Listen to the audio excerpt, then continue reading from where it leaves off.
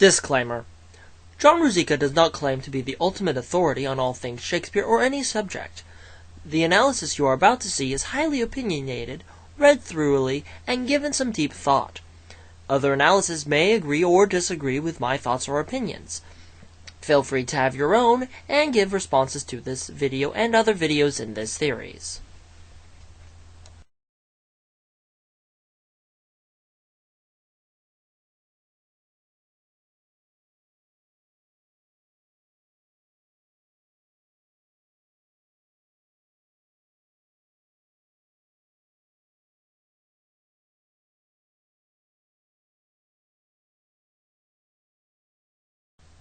Hello everyone, and welcome back to our discussion of A Midsummer Night's Dream, which will be continuing this weekend, over the next several, as we delve, discuss, and enjoy digging deep into this play that is in some ways a bit nonsensical.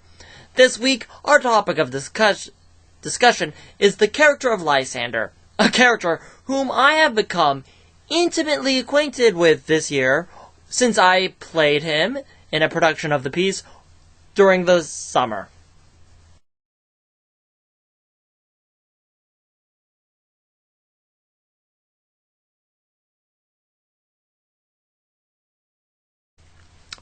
Lysander is an interesting character because of the different routes you can take with him. From a strict perspective of reading the script, one notices that when Lysander is not under the love potion, he tends to speak of everyone nicely. For the most part, at least, seeing how he reacts to Demetrius in Act 1, Scene 1. Even in Act 5, he can be seen as the nicest of those who speak during the Mechanical's production of Pyramus and Thisbe. Indeed, one could even say that he is the nicest of the four lovers. Well, when he's not potioned. So, when we discuss Lysander, we must include his relationship with Hermia, and in our case, we will also be including his relationship with Helena, whom I feel their specific relationship before the events of the play is never really touched on, but there is most likely something there. So, from what we know, Lysander is of a high rank in Athenian society, being most likely of equal or higher rank to Aegeus. While there is a possibility that his rank is lower, we know for a fact his standing is equal to Demetrius's. So, obviously, if he and Demetrius are of similar rank, Aegeus is somewhere in their level. We also have a slight hinting that Helena is also of their same rank, which is of its own interesting factors. Now, boiling it down, what do we know about Lysander? Well, based off of how he reacts in the play, he definitely has a sense of humor. Not a lot of men, and a bit of bravery too, not a lot of men have the chutzpah to basically say that his prospective father-in-law is banging his prospective son-in-law. Which also is a bit of interesting, because in this time period, that was not a big issue. So, Aegeus' reaction, interesting, shall we say. We'll get into Aegeus later. Therefore, we also know that Lysander is possibly wealthier than Demetrius. There is some various different knowledges. And also, Lysander is probably in law somehow. I think he's some kind of politician in the Athenian government, based off of his legal knowledge, and just general intelligence and way of speaking. He has a lot of rhetoric that he uses, and very well speaking. Now, what's interesting is, as I've pointed out in the last video, Lysander is the first person to mention Helena. He brings her up.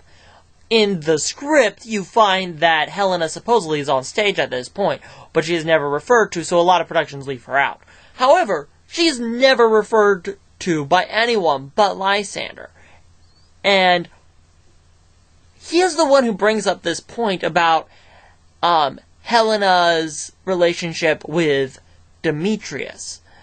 Which is interesting because Hermia, in the speech before, isn't referring to that at all, and she probably has just reason to.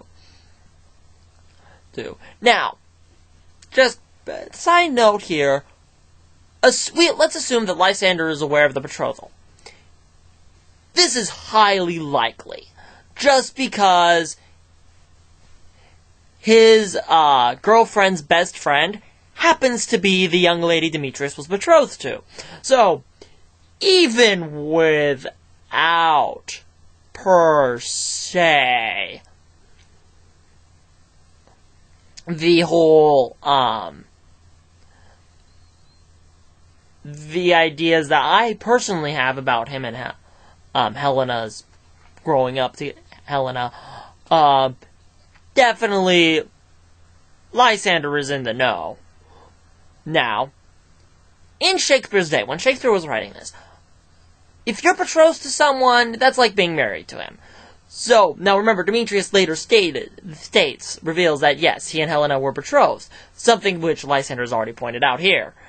Now, Lysander is scolding Demetrius with this, and of course, placing himself in a better light. Now, Lysander uses oaths a lot.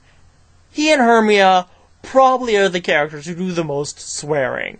I mean, in the next bit, when he's comforting Hermia, they both bring up vows and oaths and being true to one another. They talk about being true and trust, and they're very much about keeping their word and keeping their promise.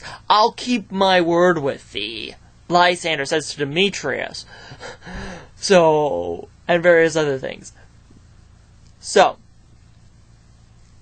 we'll put that aside for a bit. So, Lysander, as a whole, tends to be this person who's very well aware of the situation, very well of what's going on. He never denies what Aegeus says about how he courted Hermia. So, while Aegeus may be over-exaggerating saying bewitched, however, Lysander, these are standard methods of courtship that Aegeus has listed, so Lysander may have actually done them, and he doesn't seem to deny it, so, yes. So, once everyone has left, and the declaration has been declared, his first thing is, "Are you okay, Hermia? Are you alright? How now, my love, why is your cheek so pale? Why chance the roses there do fade so fast?" Basically, "Are you okay, love? Is everything alright? Is you sad? Are you okay? Okay, can I make you feel better?" That's kind of what's going on here, and I think that's a very sweet thing of him to do. Now, he knows that Athenian law applies in Athens, but not other places. Obviously, his aunt, who he refers to when he comes up with the eloping plot, lives in a place, in a city that is not Athens, so they're safe there. It is also implied, he says, that he is the heir.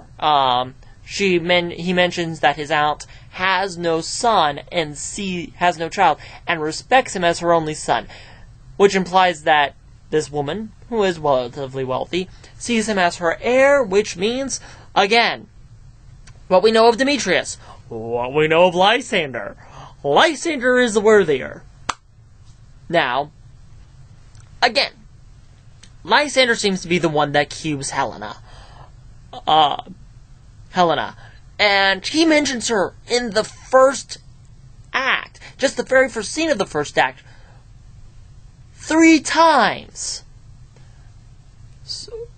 And the first of which is during his whole rant on Demetrius. The second lines he says in the show. And later, he brings up the fact that he, Helena, and Hermia went into the woods together for a morn of May. Now, as I explained in my last video a little, the morn of May, or May Day now, was a courtship ritual happening kind of around Midsummer, where groups of friends would go out into the woods and play kissing games. Things like Spin the Bottle, 7 Minutes in Heaven, There's a few others, but I can't think of any. Those are the two most famous that I can think of modern day. So, this is kind of like one of those teenage kid parties type things, where they go and they get all together as a group of friends, and they gather around and they play these games where they end up kissing each other, and that's part of the whole courtship process. You have the hay games, which are kind of similar to corn games, things like that. And then, cueing her entrance. Oh, look, here she is. Speaking of... And, with Hermia, he is comfortable confiding in Helena's trends. So they have a strong relationship, even without the fact that this is his girlfriend's best friend. Lysander clearly is comfortable with Helena himself, which is a good sign. He also sympathizes with Helena, as we have already pointed out earlier, and again, when he leaves, he actually words his farewell in such a way that says, hey, may Demetrius turn his sight back to you. Interestingly enough, Oberon almost quotes him with, when he sees Helena and Demetrius. Now, when they get to the woods, Lysander manages to lose his way, and his initial thing is, Hermia seems to be faint. So, is she okay? Let's rest. Let's think. Now, I'm going to say, this seems a little fishy to me. I'm not sure Lysander has exactly lost their way. This may be Lysander going, hey, let's rest here, let's take a nap, and we'll keep walking later, but you need to rest, you're tired, we need to rest. But, for the most part, Lysander is pretty much a truthful person, so he's probably gotten a little confused on their bearings, I can believe that. Now, admittedly, he tries to convince Hermia to let him sleep close to her, but she insists to distance due to Mari. Now, he obeys her wishes, and your mileage may vary on whether or not he's trying to get Hermia to actually sleep with him, which is definitely how Hermia is thinking, which is why she has them sleep separate, but for all he knows, he could be wanting to keep her warm, because it is a cold night, possibly. Now, I have to say this. This is one of Hermia's stupid moments, and while I give all credit to Lysander for being respectful and obeying, this is why Lysander gets love potioned. Now, what's interesting is, Lysander is the poetic one. If you look at Demetrius and you look at Lysander, Lysander is the poetic one, Demetrius is a bit more rough. When Lysander is under the love potion, while he still has some of his poetic qualities and is very gifted Reddit speaker, he begins to show, under love potion, the same insulting, crueler aspects that Demetrius was showing earlier.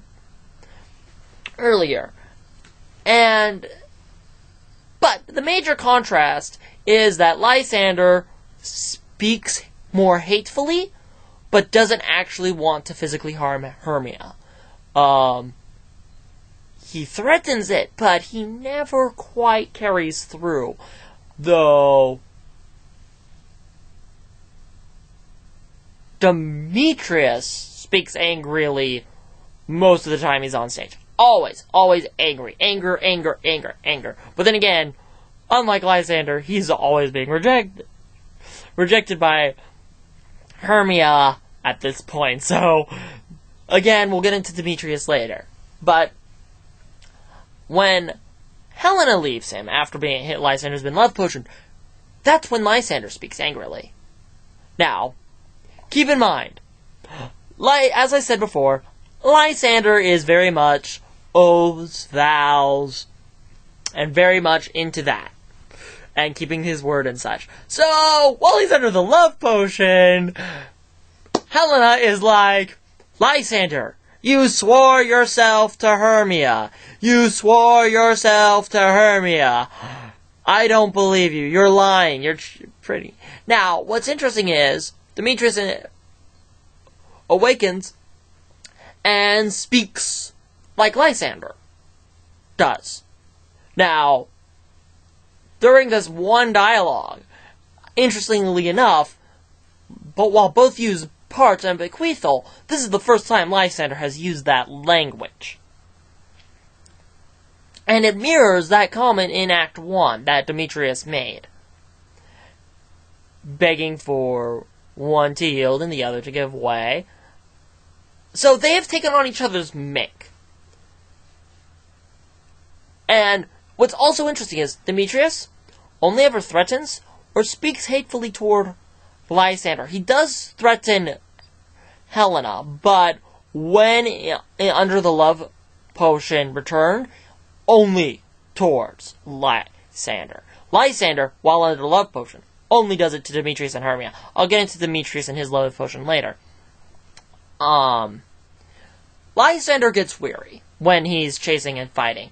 And it's, as we get to the end, he's more of the one that, he's more quiet of the lovers right after waking up from the potion. And this is probably because he's reassuring Hermia, that was just a dream, that was just a dream, I still love you, honey, I love you, I love you, I love you. And then, again, Lysander's always the first one to speak. When the four lovers are together, Lysander, in the last two acts, Act 4 and Act 5, Lysander is the first one to speak. Theseus addresses them, Lysander speaks. What's interesting is, Lysander is the most quiet and respectful of the men during the play within the play.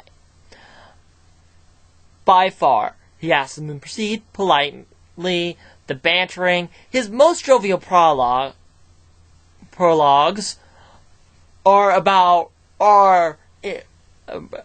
comments are during the prologue, which he uses to make a line about truth, which again, what's Lysander's favorite thing? Truth, oaths, vows. And then responding to Demetrius over Pyramus' death. And he may actually see a little bit of the relevance to his own life. Now, let's get into some things here. He's in love with Hermia. He's been courting her for a long time. They've gone through all the standard courtship stuff. He's probably been trying to get Aegeus to accept his offer for Hermia's hand, and Aegeus has refused him. So there's a little bit of hurt and resentment there. Also annoyance. He's obviously, Helena is somehow involved with the Hermia Lysander courtship.